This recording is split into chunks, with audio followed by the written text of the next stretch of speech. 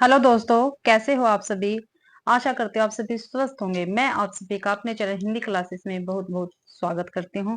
तो आप सभी को पता है मैंने एसटीटी टीजीटी पीजीटी वालों के लिए हिंदी साहित्य एनसीईआरटी और हिंदी व्याकरण की सीरीज चला रखी है भाई। मैं 315 क्वेश्चन आपको करवा दिए हैं। 316 से हम अपने क्वेश्चन स्टार्ट करेंगे भाई। 316वां क्वेश्चन है, जिह्वा प्रयत्न के आधार पर स्वरों में कितने भेद हैं। भाई जिह्वा के आधार पर स्वर के कितने भेद है, ये हमसे पूछा है। तभी मैंने क्वेश्चन आपको कंप्लीट करवाया था। तो 5, 7, 4 या 8, भाई ये ऑप्शन इसके गलत है। जिह्वा के आधार पर स्वर के भाई 3 भेद होते हैं। कितने भेद होते हैं? 3 भेद होते हैं। कौन कौन से 3 भेद? पहला है अगर स्वर, दूसरा है मध्य स्वर और तीसरा है पश्य स्वर। ठीक है, ये 3 स्वर होते हैं भाई। 3 आएगा इसका। ठीक है, 3 ध्यान रखना आप।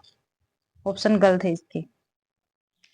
317वां है, सिद्धों की भाषा हिंदी न होकर कौन सी भाषा है। भाई हिंदी न होकर सिद्धों की भाषा कौन सी है? तो पाली है, अपभ्रंश है, प्राकृत है, गुजराती है। तो सिद्धों की भाषा कैसी है भाई? ना पाली है, ना प्राकृत है, ना गुजराती है। कहीं कहीं पे अपभ्रंश भी मान लिया जाता है। और ज्यादातर सिद्धों की भाषा भाई संध्या भाषा है। कौन सी है? संध्या भाषा है। ठीक है, संध्या भाषा, पेपर में संध्या भाषा ही आती है भाई। 318वां क्वेश्चन देखते हैं। उत्तर भारत में देवनागरी लिपि के प्रचार का समय क्या माना गया है। भाई जो उत्तर भारत है उसमें देवनागरी लिपि का जो प्रचार हुआ था उसका समय क्या माना गया है? तो ए ऑप्शन है लगभग 11वीं सदी, बी ऑप्शन है लगभग 10वीं सदी, या सी ऑप्शन है लगभग 13वीं सदी से, या डी ऑप्शन है लगभग 15वीं सदी से भाई। तो 318 का है लगभग 10वीं सदी से उत्तर भारत में देवनागरी लिपि का प्रचार माना गया है। 319वां क्वेश्चन है, संवैधानिक प्रावधानों के तहत अंग्रेजी को कब राजभाषा बनाया गया भाई? तो अंग्रेजी को कब राजभाषा बनाया गया था? तो 1965 में अंग्रेजी को राजभाषा बनाया गया था भाई। 320वां क्वेश्चन है, जॉर्ज ग्रियर्सन ने हिंदी भाषा की उत्पत्ति का श्रेय किसे दिया है? जो जॉर्ज ग्रियर्सन जी हैं उन्होंने हिंदी भाषा की उत्पत्ति का श्रेय किसको दिया है? तो लल्लूलाल जी को, भारतेंद्र जी को, प्रताप नारायण मिश्र को, या मिश्र बंधु को? तो लल्लूलाल जी को भाई जॉर्ज ग्रियर्सन ने हिंदी भाषा की उत्पत्ति का श्रेय दिया है। और इनकी रचना कौन सी है? प्रेम सागर है।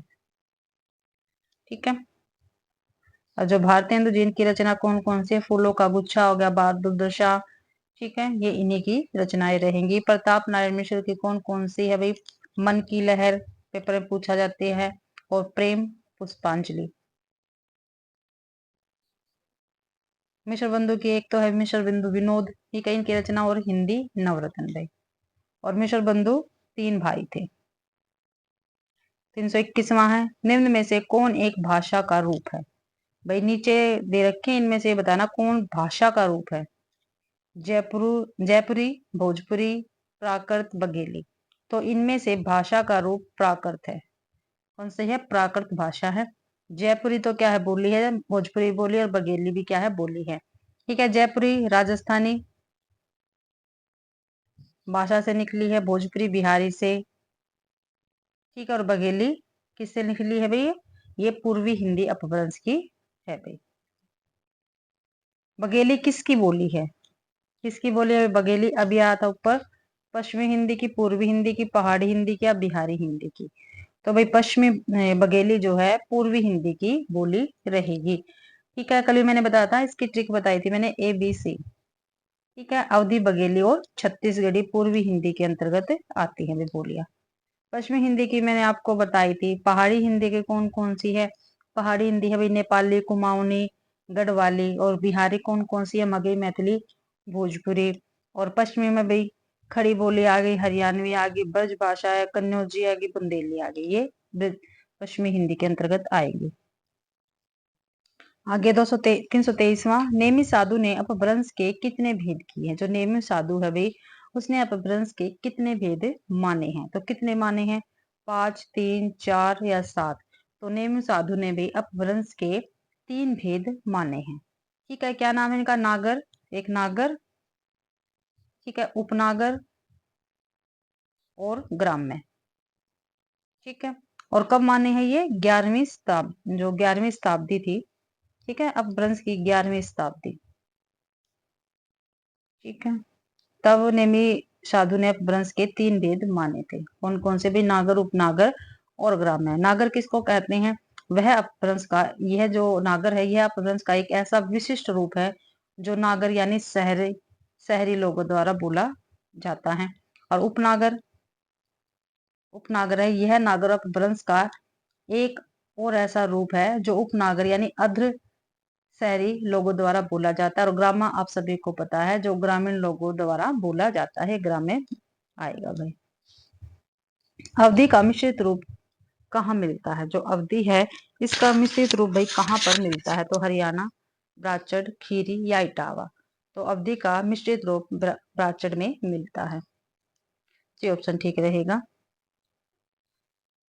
325वां है, राजभाषा से क्या तात्पर्य है। तो राजभाषा से क्या तात्पर्य है।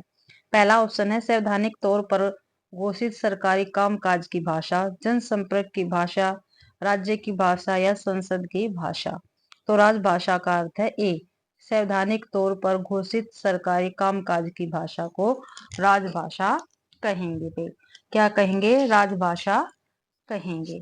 ठीक है, और भाई जो जनसंपर्क भाषा है, ये मैंने आपको पहले भी डेफिनेशन इसकी बताई थी, क्या होती है इसकी, अब फिर बता रही हूँ। वह भाषा जो किसी क्षेत्र या समुदाय के आम लोगों द्वारा आमतौर पर इस्तेमाल की जाती है वो जन भाषा होती है। जनसंपर्क की भाषा जनभाषा। ठीक है, और राज्य की भाषा कौन सी होती है, वह भाषा, ठीक है, राज्य की भाषा कौन सी है भाई, ये राज्य की भाषा है वह भाषा जिसका उपयोग किसी राज्य या क्षेत्र के आधिकारिक कामकाज के लिए किया जाता है, वह राज्य की भाषा होती है। ठीक है, आगे देखते हैं। 326वां क्वेश्चन है, हिंदी के मानक रूप में योगदान दिया है। तो किसने दिया है, हिंदी के मानक रूप में योगदान। तो किशोरीदास वाजपेयी ने, नंदुलारे वाजपेयी ने, आचार्य रामचंद्र शुक्ल ने या भारतेंदु जी ने। तो हिंदी के मानक रूप में योगदान किशोरीदास वाजपेयी जी ने दिया है भाई। ठीक है, और इनकी रचना का क्या नाम है, हिंदी शब्दानुशासन। ठीक है, और हेमचंद्र की रचना क्या नाम है, शब्दानुशासन भाई। और नंदुलारे वाजपेयी की रचना क्या नाम है, हिंदी साहित्य 20वीं शताब्दी और आधुनिक साहित्य। ये नंदुलारे वाजपेयी जी की रचनाएं रहेंगी। भारतेंदु की रचनाएं फूलों का गुच्छा, भारत दुर्दशा। ठीक है, आचार्य रामचंद्र शुक्ल जी की रचनाएं कौन कौन सी है, चिंतामणि, हिंदी साहित्य का इतिहास, ये ऐतिहासिक ग्रंथ है इनका। 327वां क्वेश्चन देखते हैं, हिंदुस्तानी अकादमी प्रयाग की स्थापना कब हुई थी। तो कब हुई थी भाई हिंदुस्तानी अकादमी प्रयाग की स्थापना, तो 1927 में, 1938 में, 1940 में, 1941 में। तो 1927 में हिंदुस्तानी अकादमी प्रयाग की स्थापना हुई थी। आगे देखते हैं। 328वां क्वेश्चन है, देवनागरी लिपि में,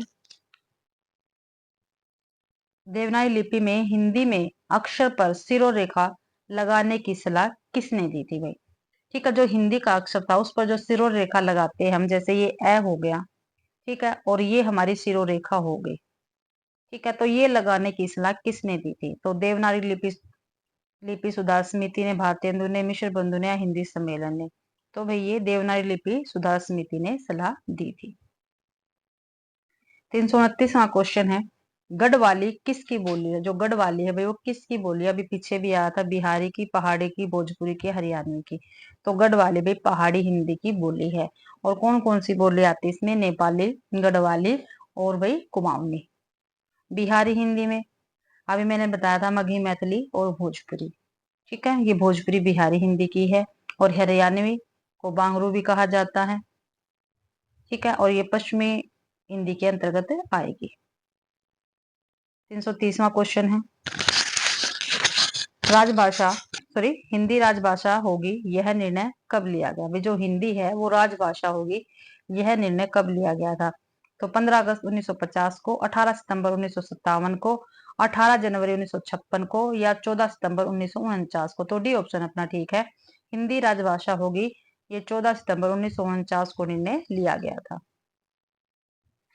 331वां क्वेश्चन है, संविधान की किस धारा और अध्याय में जिक्र है कि भारत की राजभाषा हिंदी होगी? भी कौन सी तो धारा है और कौन सा अध्याय है जिसमें ये जिक्र हुआ है जो भारत है उसकी राजभाषा हिंदी होगी? तो संविधान के अध्याय 9 और धारा 2 में, या संविधान के अध्याय 3 और धारा 1 में, या संविधान के अध्याय 17 और धारा 1 में, या संविधान के अध्याय 13 और धारा 1 में। तो सी ऑप्शन अपना ठीक रहेगा, संविधान के अध्याय 17 और धारा 1 में भी। 332वां क्वेश्चन देखते हैं, नागर, उपनागर और ब्राचर अपभ्रंश के भेद किसने माने हैं? तो किसने माने? हजारी प्रसाद द्विवेदी ने, मार्कंडे ने, आचार्य शुक्ल ने, महावीर प्रसाद द्विवेदी ने। तो नागर, उपनागर और ब्राचर ये मार्कंडे जी ने माने हैं अपभ्रंश के भेद। और कब माने हैं? ये भाई 17वीं शताब्दी में माने हैं। कब? 17वीं शताब्दी में।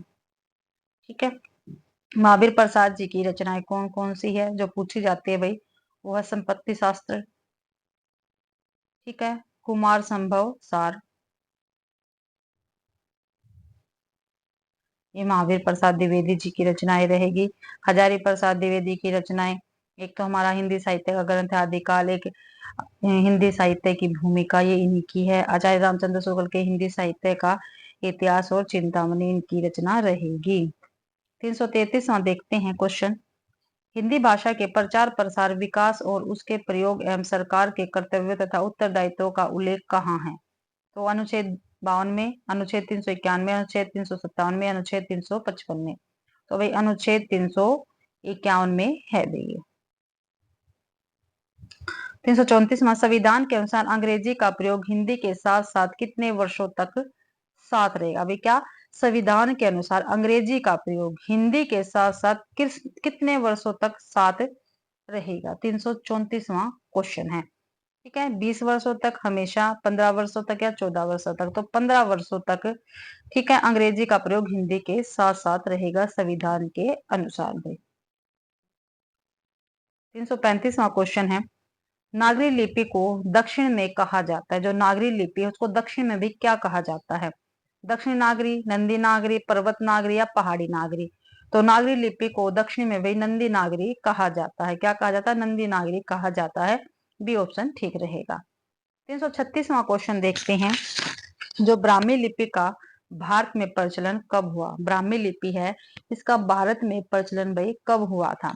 तो ईसा द्वितीय से 400 वर्ष बाद, ईसा प्रथम से 600 वर्ष बाद, या ईसा पूर्व 5वीं शताब्दी से 350 वर्ष बाद, या ईसा पूर्व द्वितीय सदी से प्रथम सदी तक भाई। तो सी ऑप्शन ठीक रहेगा, ब्राह्मी लिपि का भारत में प्रचलन ईसा पूर्व 5वीं शताब्दी से 350 वर्ष बाद तक भी। 337वां क्वेश्चन है, भारत में लिपि के प्रयोग के प्रमाण मिलते हैं। ठीक है, लिपि के प्रमाण के प्रयोग भारत में कहाँ पर मिलते हैं ये हमें बताना है। तो ऊपर ही आ गया भाई। ठीक है, ईसा पूर्व 5वीं सदी में लिपि के प्रयोग के प्रमाण मिलते हैं। प्राकृत भाषा का अर्थ है, जो प्राकृत भाषा है उसका अर्थ क्या है? राजभाषा, संस्कृत के बाद की भाषा, राष्ट्रभाषा, जनसंपर्क की भाषा? प्राकृत भाषा का अर्थ है संस्कृत के बाद की भाषा। बी ऑप्शन ठीक रहेगा। 339वां क्वेश्चन रहेगा, देवनागरी लिपि की वर्ण ध्वनि नहीं है। ठीक है भाई, वर्ण ध्वनि कौन सी नहीं है देवनागरी लिपि की, ये हमें बताना है। तो गिरवा ध्वनि, मूर्धा, कंठ या दंतोष्ठ? तो गिरवा ध्वनि क्या है देवनागरी लिपि की वर्ण ध्वनि नहीं है भाई। ठीक है, वर्ण ध्वनि नहीं है। कौन कौन सी है भाई इसकी वर्ण ध्वनि? एक तो मूर्धा होगी, दंतोष्ठ होगी, कंठ होगी, तालव्य है, मूर्धन्य है। ठीक है, कंठ तालु होगी, कंठोष्ठ होगी, दंतोष्ठ होगी। ये देवनागरी लिपि की वर्ण ध्वनियां है भाई। 340वां है, कोई व्यंजन किसके बिना उच्चारित नहीं किया जा सकता? भाई कोई भी व्यंजन है वो किसके बिना हम उच्चारित नहीं कर सकते? स्वर स्वर के, विसर्ग के, स्वयं के या अनुस्वर के? तो स्वर के बिना हम कोई भी व्यंजन उच्चारित नहीं कर सकते थे। 341वां, उत्तर अपभ्रंश को सर्वप्रथम पुरानी हिंदी किसने कहा है? ठीक है, जो उत्तर अपभ्रंश है उसको भाई सबसे पहले पुरानी हिंदी किसने कहा है? राहुल सांस्कृत्यायन ने, रामचंद्र शुक्ल ने, चंद्रधर शर्मा गुलेरी ने, रामविलास शर्मा ने। तो चंद्रधर शर्मा गुलेरी ने भाई सबसे पहले पुरानी हिंदी कहा है उत्तर अपभ्रंश को भाई। ठीक है, और इनमें से रामविलास शर्मा की रचनाएं कौन कौन सी रहेगी? परंपरा का मूल्यांकन, ठीक है, निराला की साहित्य साधना, ये निराला जी की, सॉरी, रामविलास शर्मा की रचना रहेगी। राहुल सांस्कृत्यायन की कौन सी है? वोल्गा से गंगा तक। ठीक है, और इनकी है एक,